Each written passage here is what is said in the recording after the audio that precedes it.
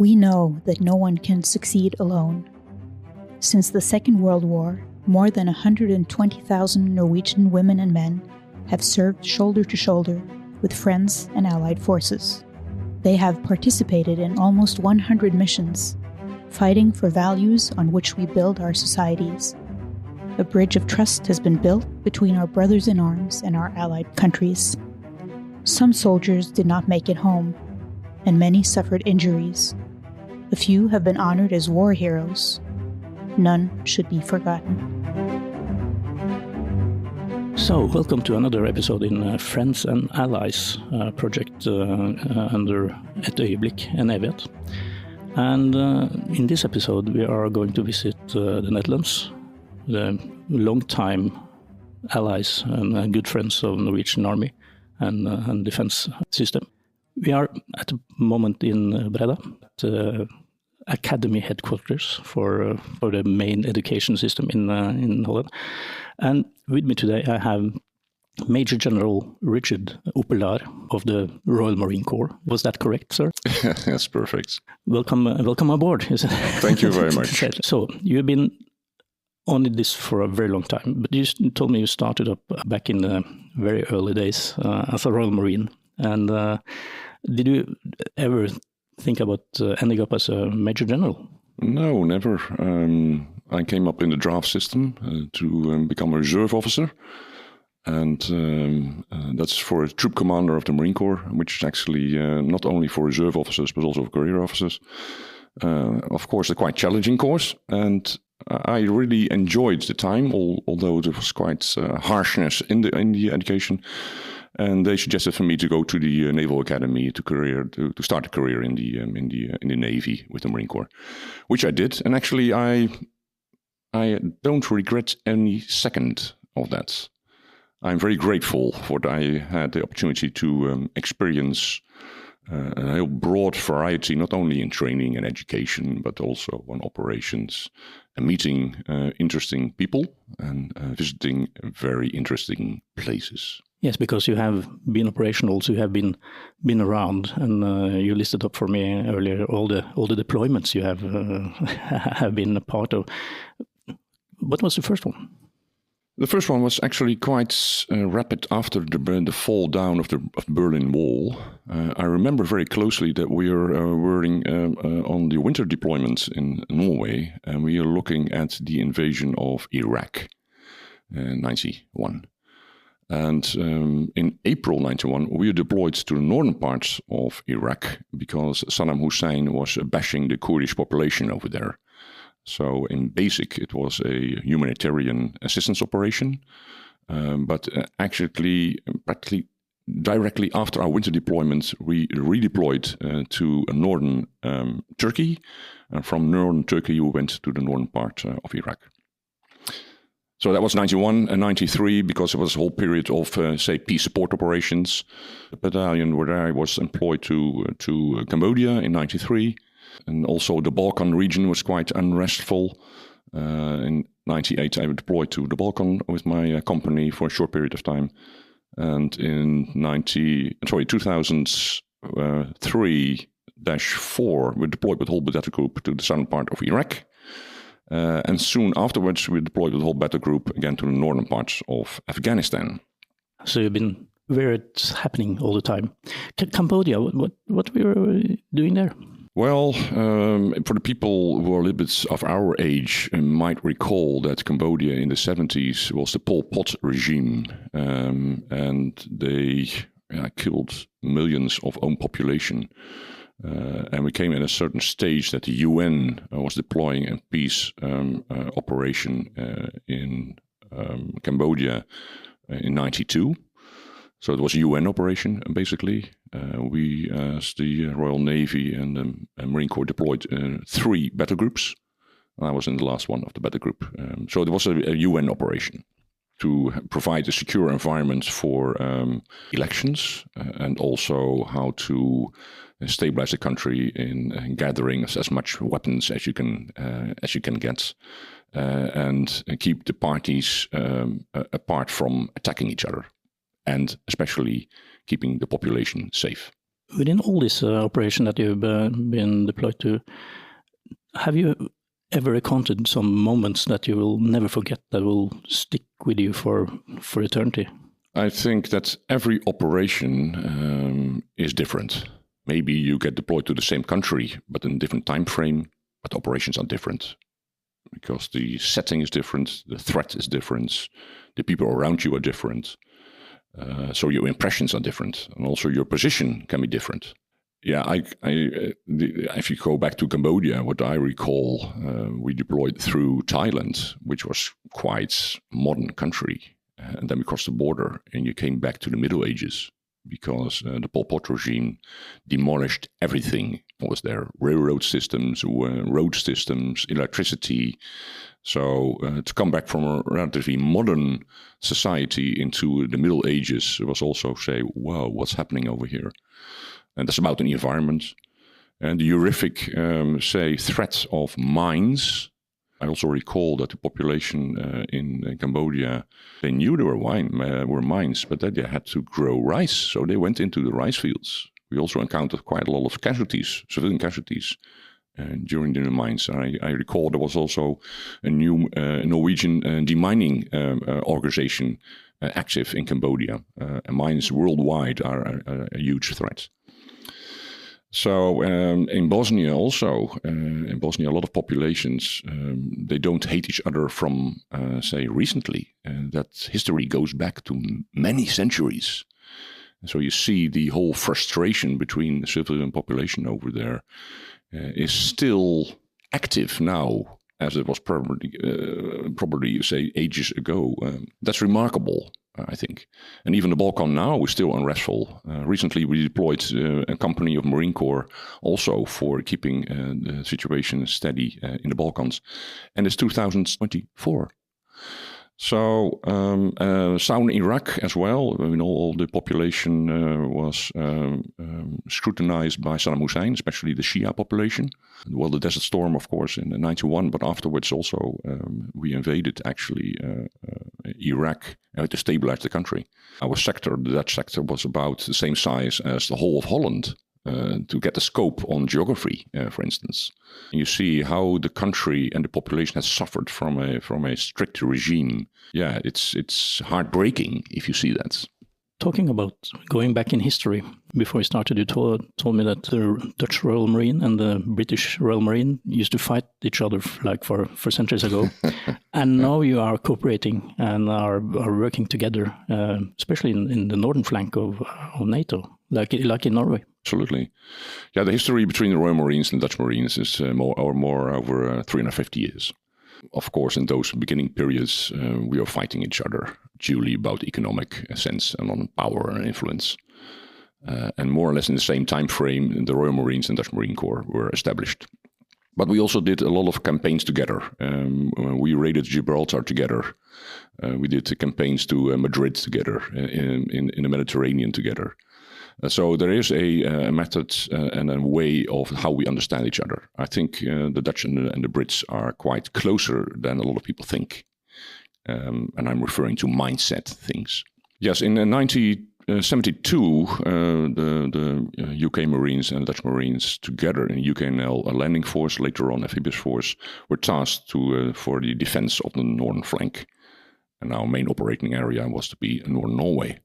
So from that time period on, we tried to get acquainted to the circumstances in the Arctic. Yeah, because you don't have that environment here. It's not that you're riddled with snow and ice and snowmobiles and everything. No, and especially we hardly have any hills and no fjords. So we have a more moderate climate over here. And in Norway, it's a harsh environment. But for a training circumstance, it's ideal. If you not only can survive, but also can move and fight in harsh environments, that brings a very strong unit cohesion to your unit. So therefore also when we prepare for operations, we are very happy to go to Norway for winter deployments to get these basic skills, drills, fundamentals in soldiering altogether. And the unit cohesion is essential. So we cherish the environment in Norway. The collaboration between the Dutch army and Norwegian armies, going way back also, starting in maybe before the Second World War, but certainly during it with the operations in Walcheren and so on. How do you feel that you are integrated with the Norwegian army? Well, I think the army, in every time frame, it's closer cooperation and lesser cooperation. It's like a wave. And I think if you understand that you are also reliant on each other for defending your territory, which is for NATO, but also get deployed outside NATO, for instance, to Afghanistan together, you really recognize the necessity that you understand each other and operate with each other. And I think we have more in common than we differ from each other.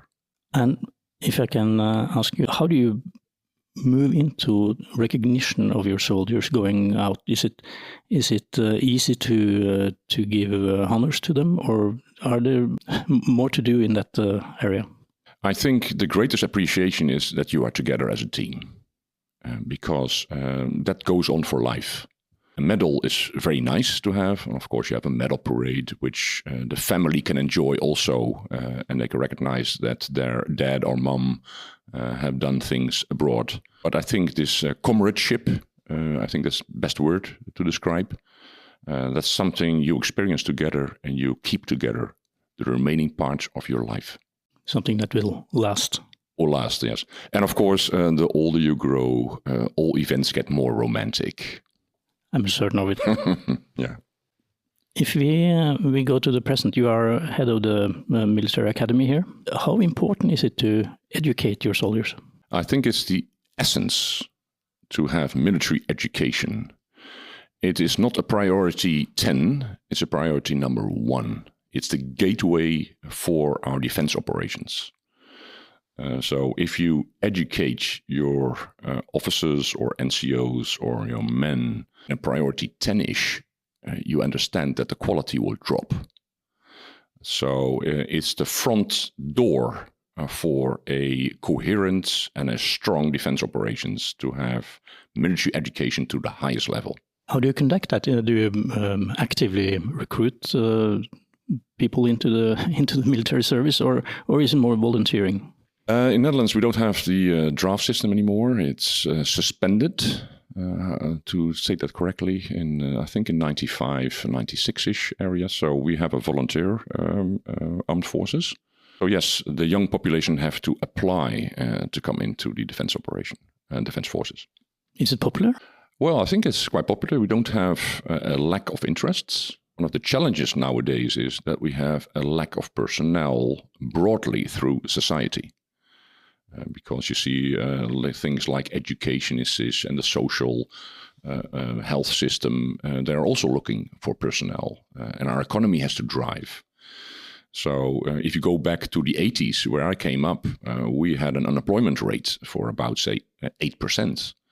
And when you finish your university, you were not sure you have a job. Now, whatever you do, there are jobs enough. So you see in a time frame of about 40 years that the whole society changed quite a lot. So you have to provide work, but that applies for every employer, to have challenging work, to keep in touch with your personnel and have this internal motivation. And in the end, I think it's the essence to have the twinkle in your eye, whatever you do. Very well put, sir. Going to the very present, like when we are doing this interview, we are facing a quite disturbing war in Ukraine, and the feeling of a huger threat is closing in on, I think, most of the Western Europe. What's your thought on that, and where do the armed forces have to go? I think it's a great part is the mental components. I think as military, you have to be ready at all times for all threats. You cannot be selective on that. Yes, for peace operations, you can select, we go to country A, B, or C for a period of time. You can select it. But whereas the essence on survival for your own territory, you can select. You have no choice. And you cannot say, I will be ready in 6 months' time. No, you have to be ready now.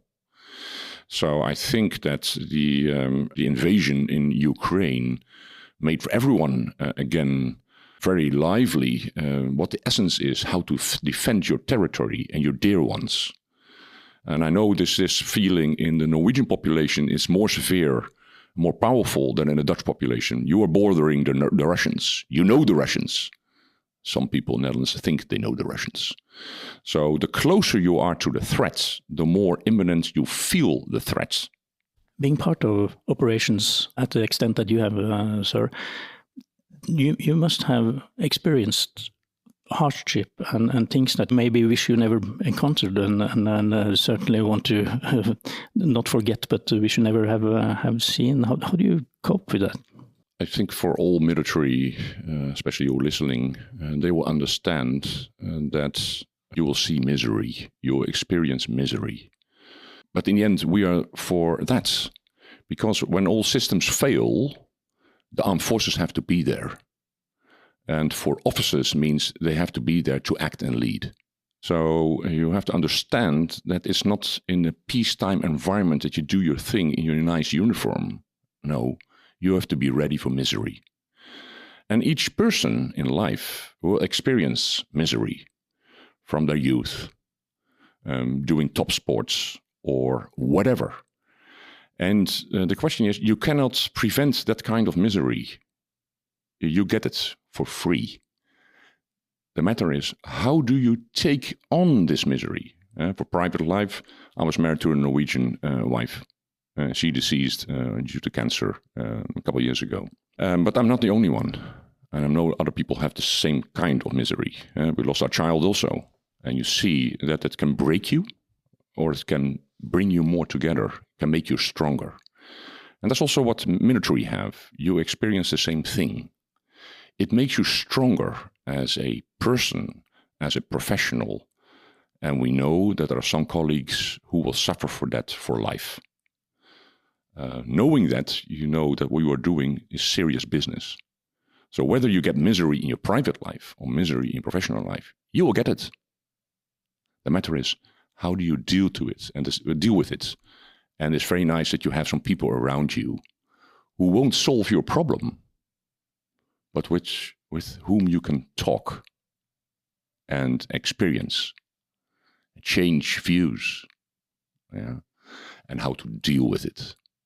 And if you are fortunate enough, which I'm now in my position, that you can project a couple of these lessons to all the young officers, male and female, it's good to give some experience back. But I know they will have challenges in misery, presumably also to a higher dimension than I have experienced in my life. But we have to prepare them to the utmost. What is comradeship and brothers in arms, all those terms, does that mean anything to you? Yes, I think it's the essence of military life. You build up a bond with each other due to severe training and education, which humor is a good factor to give this glue within comradeship. But I think something above comradeship, and I think it's friendship. A friendship is irrespective in which position you're in, where you come from, where you're born. It doesn't matter whether you're a Marine or a general or a soldier or whatever. It's just because you are a person. And I'm very convinced that if you really think about friendship, how many real friends do we have? If you have about 5, you are a lucky person. That people take you for granted and respect you just because you are, in my case, Richard.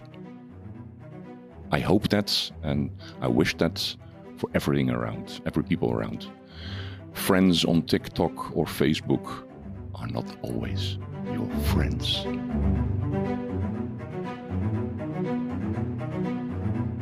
In Friends and Allies, we hear the stories of some of our closest supporters, reliving with them some of their most intense moments. Et øyeblikk, en evighet.